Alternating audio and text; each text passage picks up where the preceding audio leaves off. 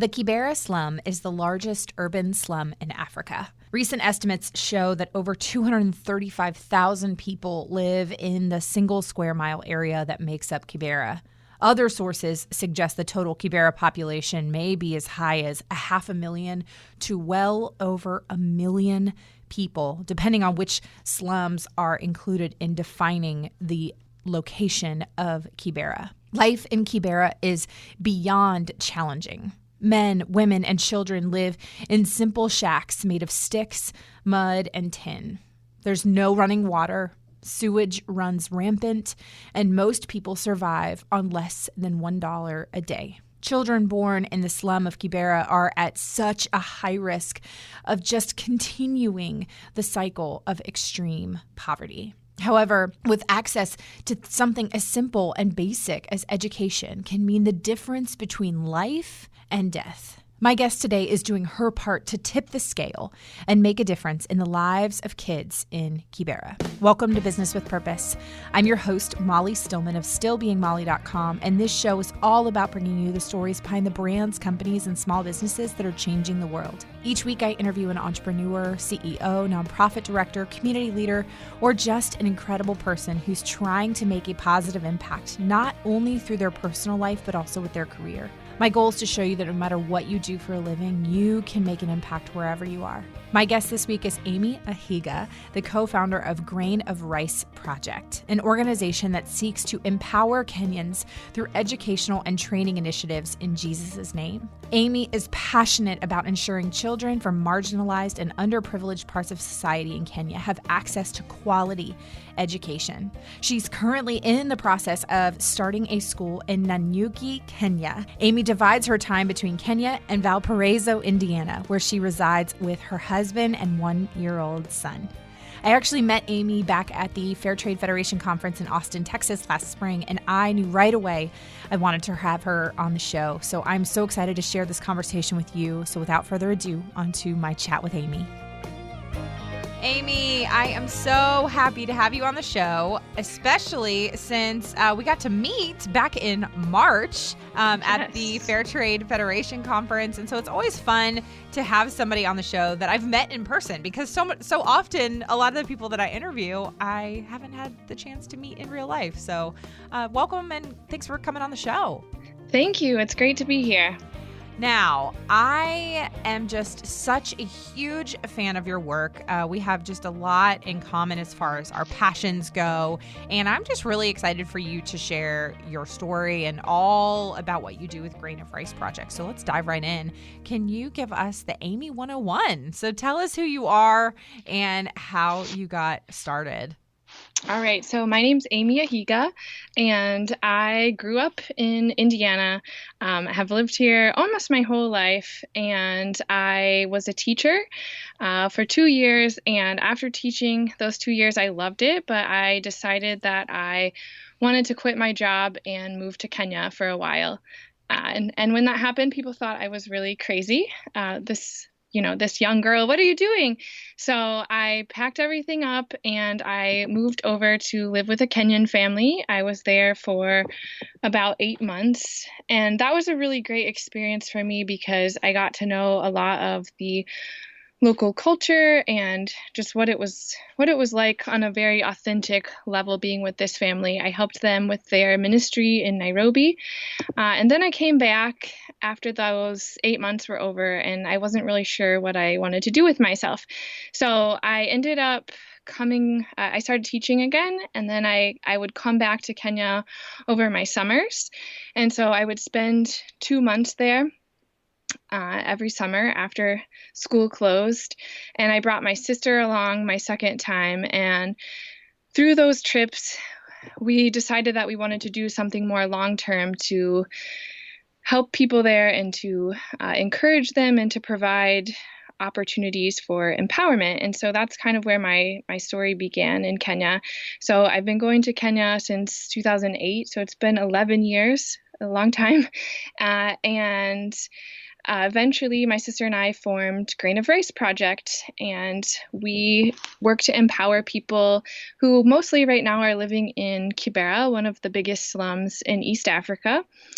And so we do that in a couple of different ways. We train artisans to make handcrafted pieces, and we also provide them with business training and life skills so that they can eventually move on and start their own business or have their own thing that they run, depending on their skills and their interest level. And then we work with kids, and my passion for education and children has never left. So I ended up going back and I taught for 10 years, and I still love children a lot. So it's been exciting to sort of see what that looks like cross-culturally. Right now we run an after-school program for kids from the slums, and so we work to create this holistic program where they get academic teaching, they get Christian teachings, they're fed, they do art, they do STEM activities. So it's really a hands-on type of situation, and it helps them to grow and to feel good about who God made them to be. And our big exciting thing is that we're working to start a school there in Kenya right now. And so we want to take what we're doing in our after school program, which is like an incubator program, and use it to empower these children and give them a really quality education, and to train teachers to take these hands-on methods and use them in their classroom.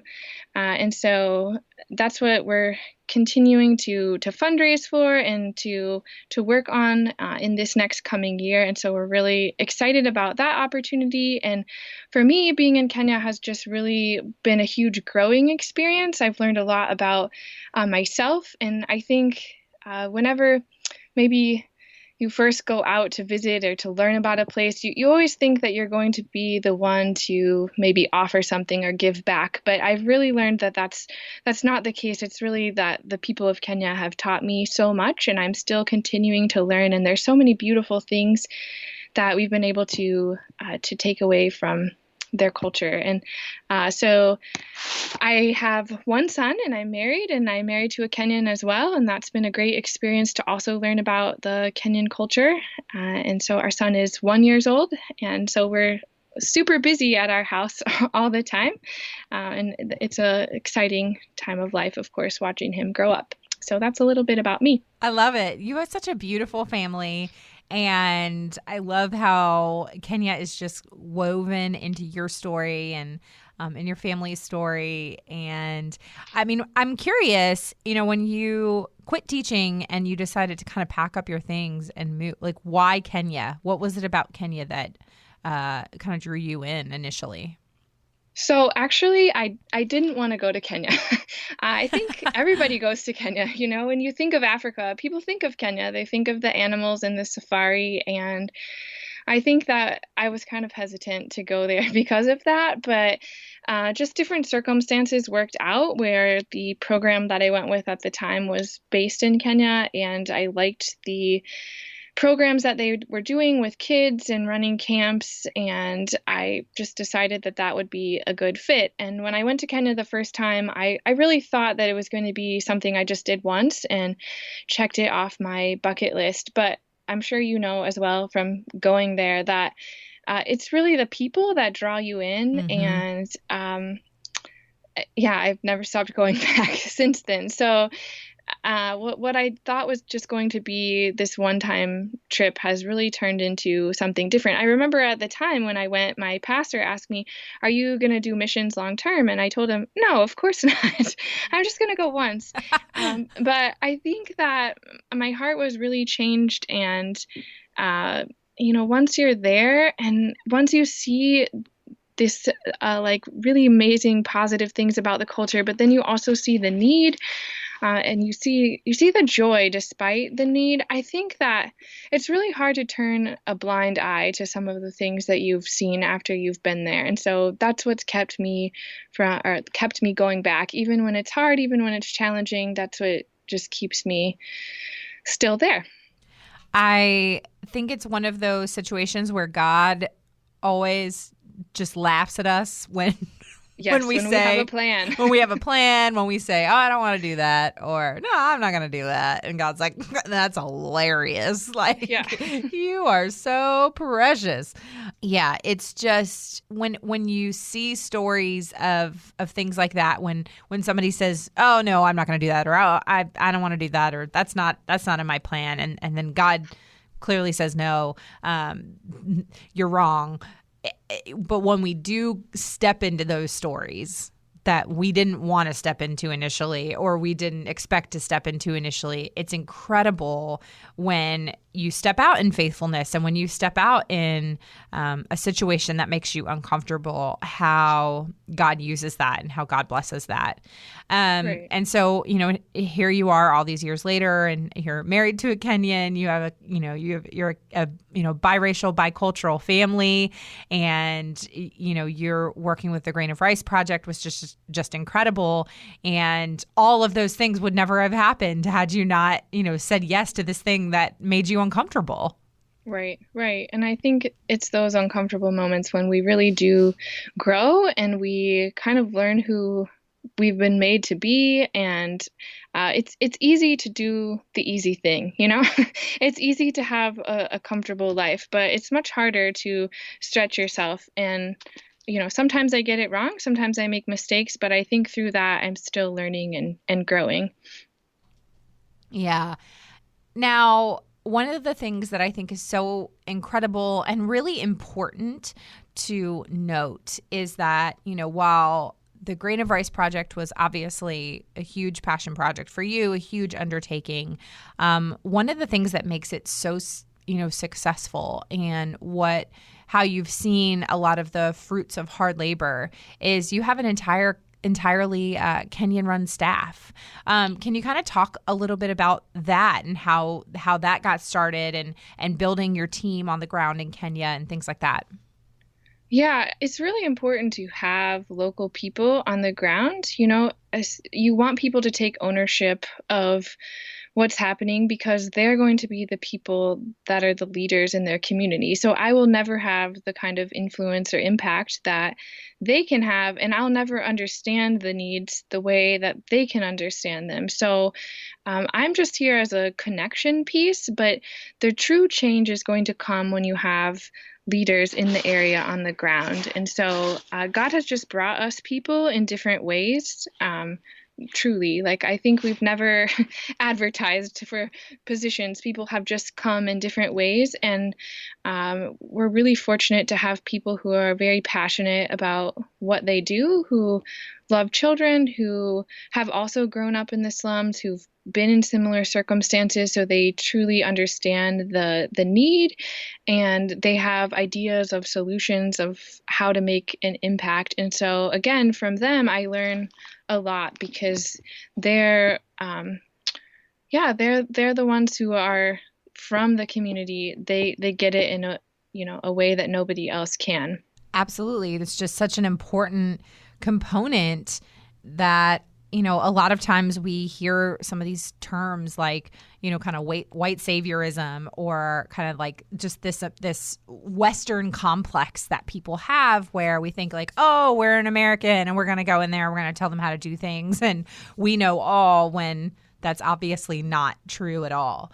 And so that's just such an important piece of this and an important conversation to have, especially when you're working abroad, you're working in developing nations. And now there can be, when it's done right and when it's done well, like what you're doing, there's just such a beautiful, to me, it's a beautiful picture of how God created us, to work together in community, to learn and understand and respect each other's cultures, and to empower one another. And it's not, we kind of throw this term around a lot, but it's not about like a hand out. It's about a hand up and coming alongside people. And it's just, I think that that's one of the things that I love so much about what you do, is that you really are creating sustainable opportunities for that, so that if, God forbid, something were to happen to you or you were to go away, like they would continue running and they would be okay. And that's just such an important piece and component to this.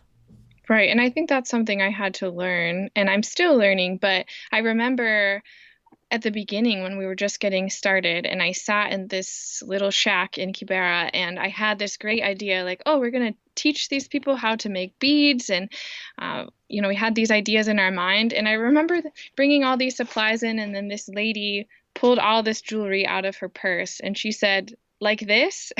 And she said, honey, we already know how to make them. We just can't sell them. We don't have a market.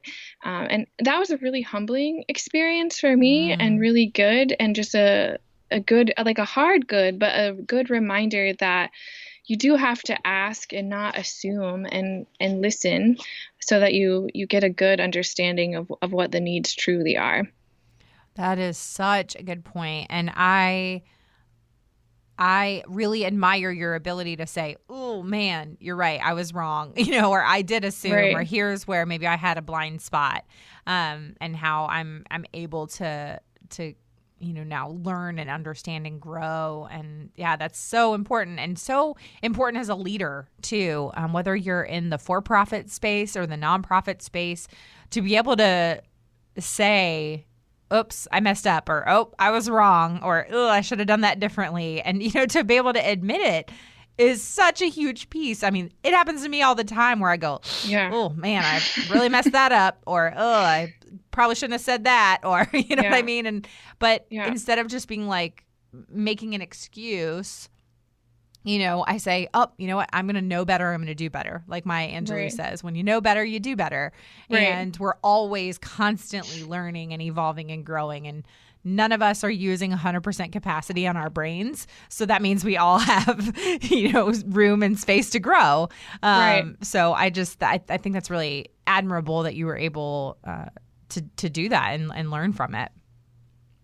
Yes, I think we always have to be learning. It's easy to make mistakes, especially cross-culturally, but you just have to keep learning and then keep trying to move forward and do the best that you can. Yeah.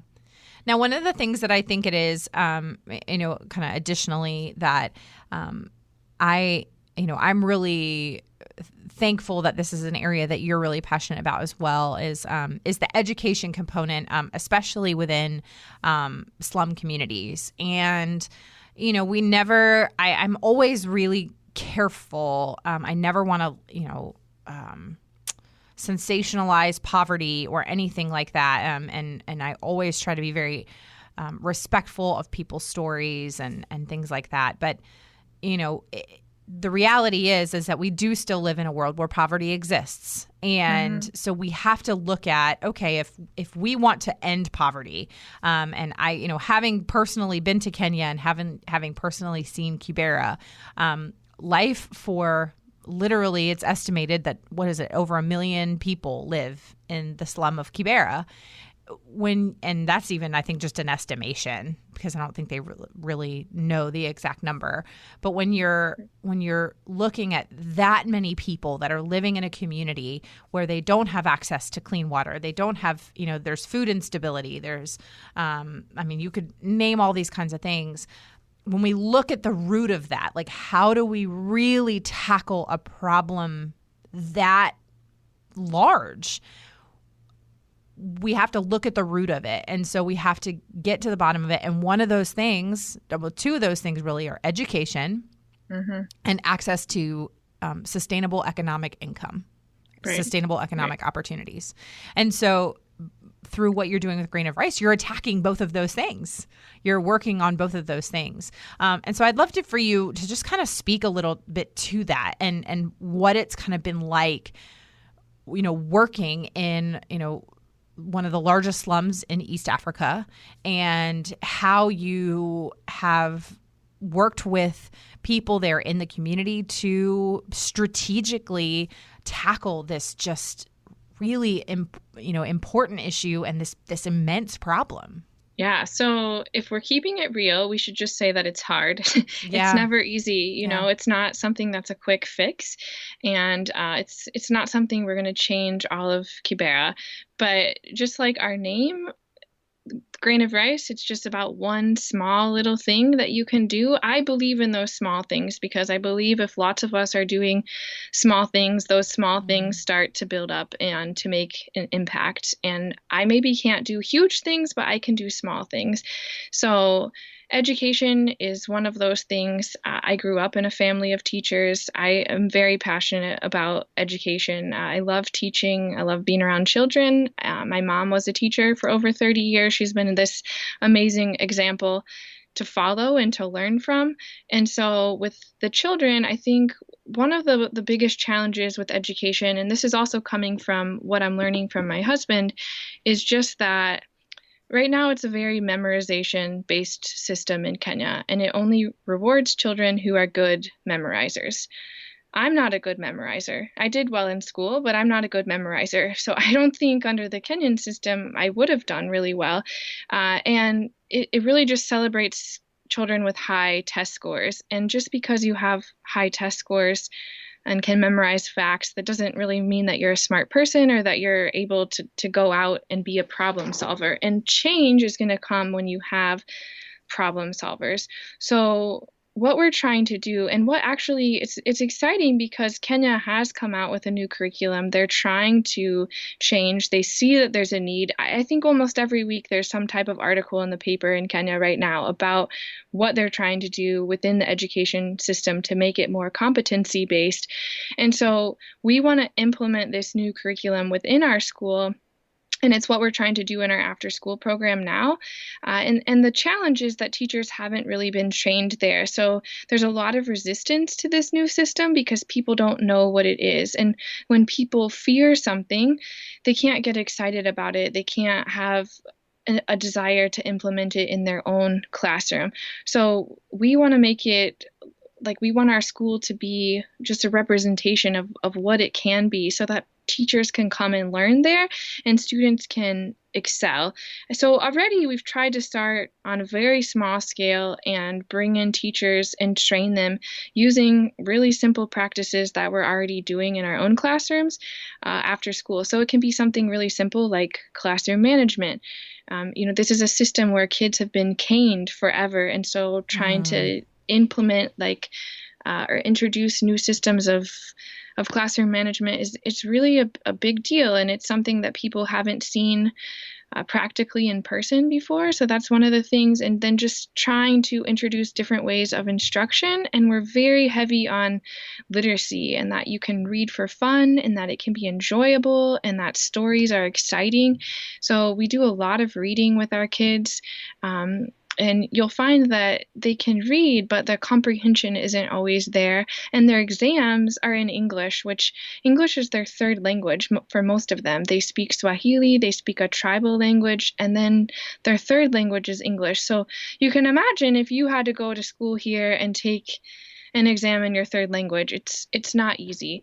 So we're trying to really, with our school, have a heavy emphasis on literacy and just problem solving, bringing in arts and STEM and more hands-on type of things so that kids are really engaged in their learning. It's very student-centered in what they're doing.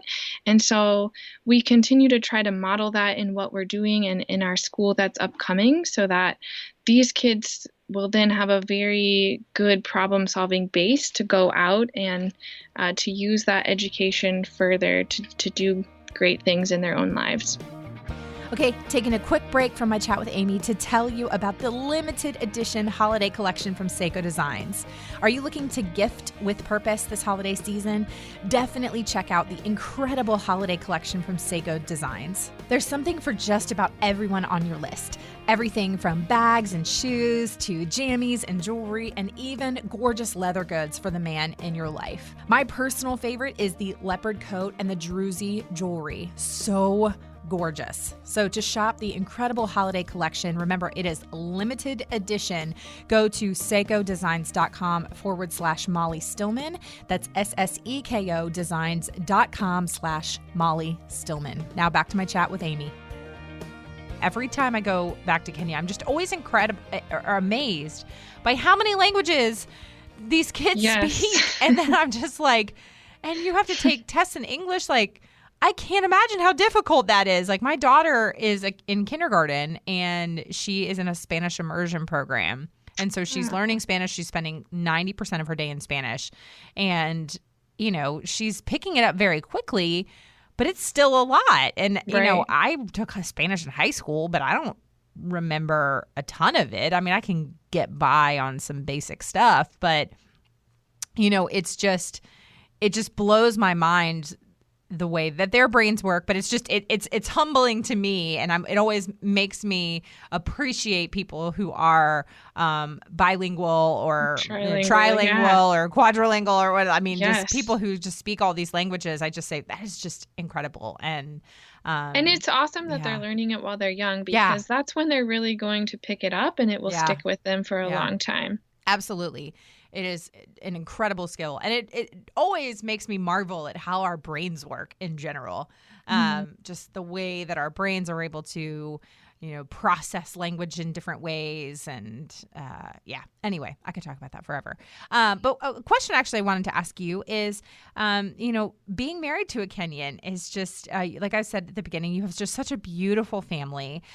What has that been like, you know, just, you know, being in this incredibly beautiful, bicultural, biracial family, and, you know, maybe some things that you've learned, or if you feel comfortable kind of sharing any wisdom that you've gained over the years, or what that's been like.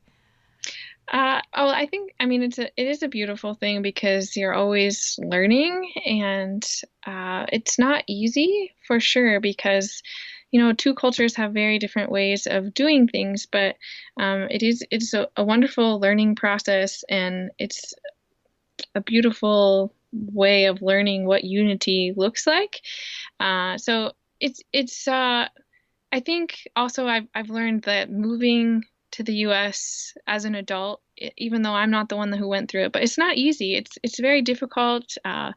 There's just a lot of hoops. We have a system here, you know, and we expect people to kind of know what the system is like and just how to do that. And so when you come here as an adult, I think it's really difficult. Maybe things that you take for granted are challenging. And a good example would be Subway. So my husband found that this was like the most challenging place to go eat when he would first come here, because think about, like, you don't know what a sandwich is. You don't eat sandwiches in your country, and you have all these meats and you don't know what they are, and you don't eat cheese, and you have all these condiments and you don't really know what they are, and there's lots of questions, you know, and they expect you to be very fast. And I think the Subway restaurant is sort of just symbolizes kind of the bigger picture of, imagine like every day when you go out, if you're someone who's coming here and you kind of face a situation like that where you don't really know the way that things work. And I think it's probably been like that in some ways in Kenya, but I think for me, people have been very gracious about like teaching and kind of understanding. You know, they always say Americans are very forward in how we just kind of say what we think. And not everybody does that around the globe. So kind of learning how to temper that is something that I struggle with and continue to learn. But I think for our kid, it's, you know, it's exciting because he has two different backgrounds and has this very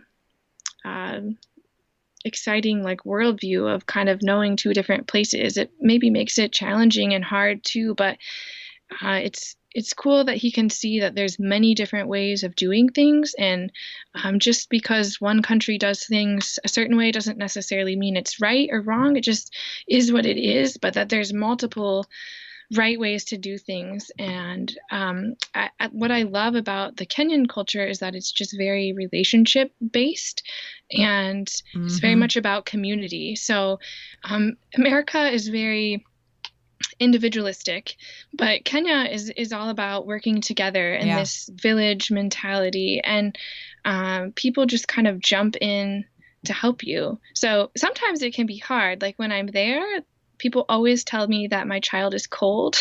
So like if I could get paid $1 every time someone told me that, I'd be really rich. Grand Price would never have to fundraise again.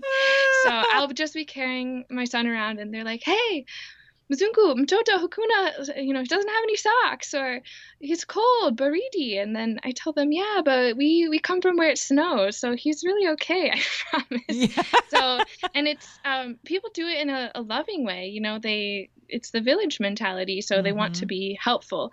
Um, but then from an American standpoint, it can kind of feel like, hey, like, why are you trying to tell me what to do? uh, so that has been a challenging thing to learn, but I know that it's said out of love too. So I try to keep that in mind. But I do love that it's very much about community there, very much about slowing down. And the U.S. is so fast paced. I think that we miss out on these things. That's one of the things I love about working with kids in Kenya is that they just get excited about every experience, every Yes. little thing. And I Yes. think that we miss that here sometimes, or everything is always about entertaining, And so like kind of this next gimmicky thing, what is it going to be? But people appreciate just smaller, simpler things there. And that's just a really beautiful reminder for me, and it helps me appreciate things that I maybe normally wouldn't appreciate at all. So, and then other things like people in Kenya are very interested in the fact that I'm reading to my son, even though he can't read yet or he can't talk. So, Yeah. I was waiting at the hospital with someone and I was reading him a book, and this lady came up to me and she started asking me questions like, I saw that you're reading to your kid, like, does he really know what's going on? So just told her, well, not exactly. I mean, he's learning and he can turn the pages, but I forget sometimes that people are watching and they're intrigued, probably just in the same way that I'm intrigued to learn from them. Yeah, that's a really good point. I haven't even thought about that. And one of the things that I love about Kenyan culture that, we just always kind of joke every trip that I go on is everything is on Kenyan time. And that is, Oh, yes. yeah, Kenyan time is a real thing. It is. And that is time does not really exist. Right. It's just Right. So everything is. if you want to leave at 8, you better say you want to leave at 7. Yeah, it's really more of a suggestion. Time is Right. like a suggestion. And if church like starts at 10, like people are going to kind of walk in between like 10 and noon.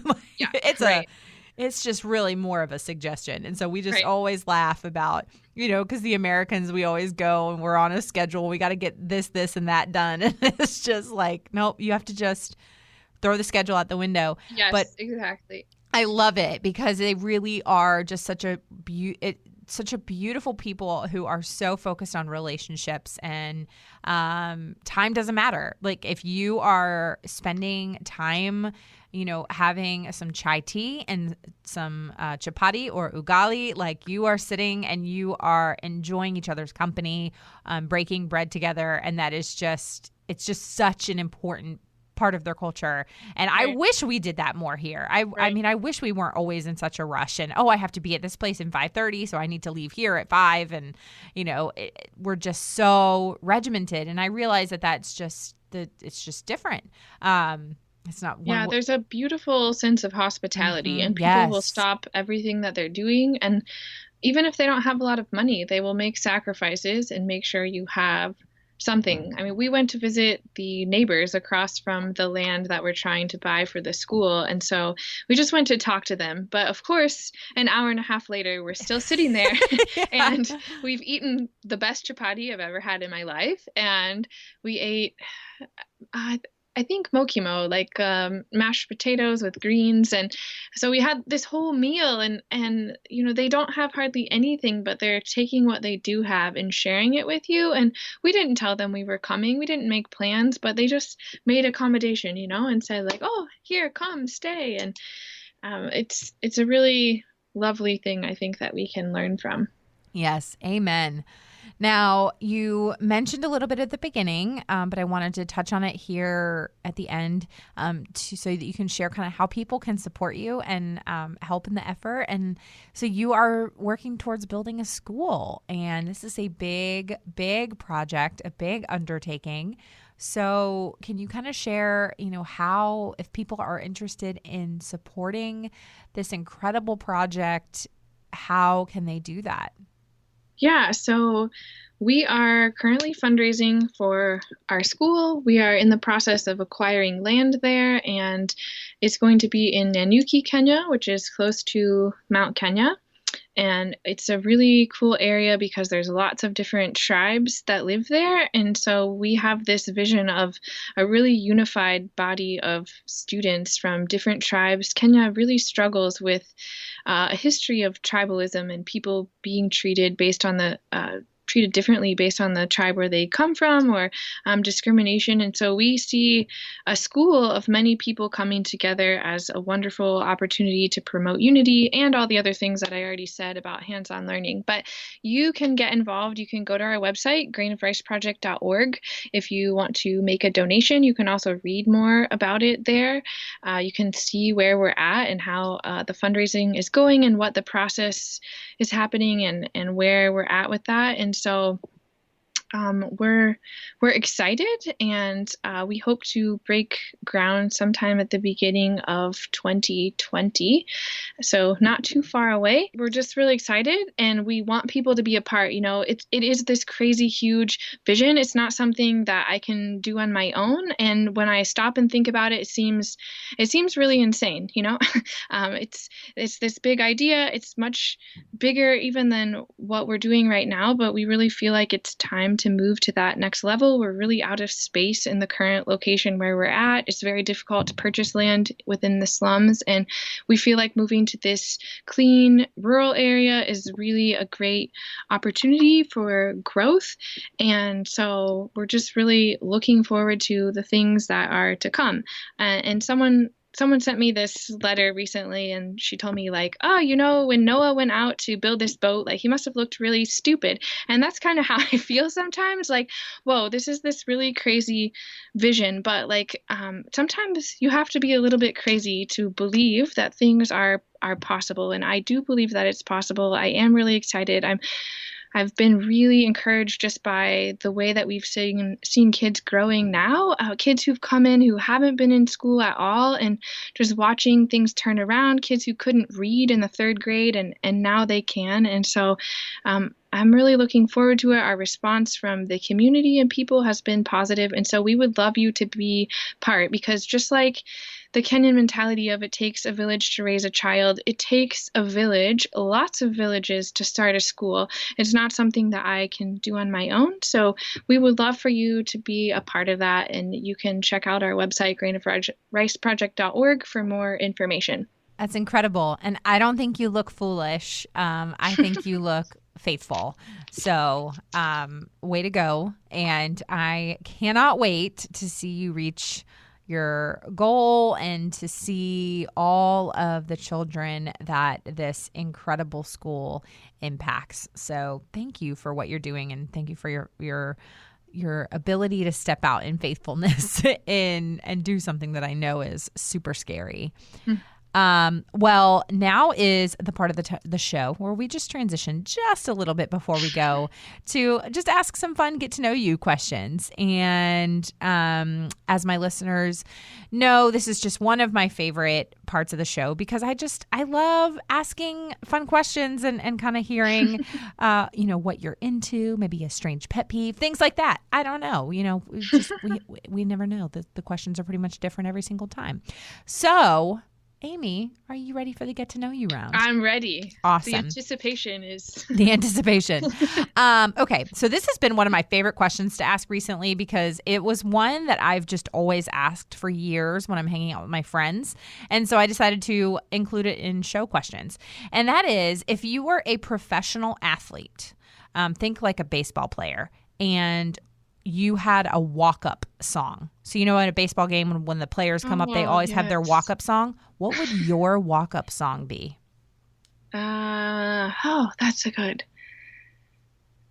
there's that song, "You are amazing just the way you are." Oh, yeah. See your face. Yeah, right? Yeah, that's a good one. I like it. Little encouragement. It would be very encouraging. The fans in the stadium would just really feel good about themselves. I like it. Okay. If you were able to live to the age of 90 and retain either the mind or body of a 30-year-old for the last 60 years of your life, which would you want? The mind or the body of a 30-year-old? Oh, I would want the body because I think the older you get, you become more wise, right? You grow in wisdom. So I don't know if I want my 30-year-old mind. All right. That's because, a good perspective. Yeah, I think, you want to still be able to be active and be youthful, but hopefully you're continuing to grow in wisdom. I like that. That's a really good answer. That's a really good answer. And it's made me think a lot. I'm like, oh, because for a while I said mind, but now I've changed my mind. Mm. See? And I'm older than 30, so. Me too. Changed my mind. Okay. Are you reading any books right now? Oh, or listening? It could be if you're a book listener, if you're an Audible type person. Yeah. So I just ordered Kristen Welch's book about raising grateful kids in an entitled world. So I'm getting ready to read that. So good. And very funny that I was just talking with who did I have on the show a couple of weeks ago, and we talked about that. I think it was Allison Storm. Yeah, I had Allison Storm on the show maybe about a month ago, and she and I were talking about Kristen Welch's books. So clearly, her books are reaching people because she's amazing. Right. Yes, she is amazing. All right. And then my last question is the question I ask all my guests, and that is, what does it mean to you to run a business with purpose? Oh, so I think running a business with purpose it means about leaving an impact, about making a difference. So any kind of business can make money, or it can be running well, but that doesn't necessarily mean that it's good, And so I think a good business with purpose means that it's making an impact. It's changing people's lives. It's changing their perspective, and it's leaving some kind of mark on society. So that's what it means to me. That's a good answer. You've had some good answers to my thoughtful questions, so I really appreciate it. Amy, this has been such a joy and a pleasure to have you on the show. Thank you so much for taking time out of what I know is a busy, busy schedule for just coming on and sharing your heart with us. Thank you so much. It's been great to be here, and thank you for all your encouragement. I'd love to know what you loved about this episode or something you learned. Let me know on social media. You can find me at Still Being Molly or at Business with Purpose Podcast on Instagram or Facebook. And don't forget to use that hashtag Business with Purpose Podcast. And remember to check out and shop the Seiko Designs holiday collection at seikodesigns.com/Molly Stillman. Thanks for listening to this week's episode. If you are a regular listener of the show, thank you for tuning in and week out. And if you're brand new here, don't forget to check out the archives for so many incredible interviews with amazing entrepreneurs and business owners. And be sure to head on over to iTunes, Spotify, Overcast, basically wherever you listen to podcasts, and click that subscribe button to help make sure you never miss a new episode of the show. And if you've got a moment, would you take a moment to leave a review of the show? Leaving a review really just helps me to know what you're liking and how the show is impacting you. As always, the show is edited by my amazing husband and executive producer, John Stillman, with support from Kelly Dalton, and the music is by Mark Killian of Third Wheel Media. Thank you so much for listening. Now go do something good with purpose on purpose.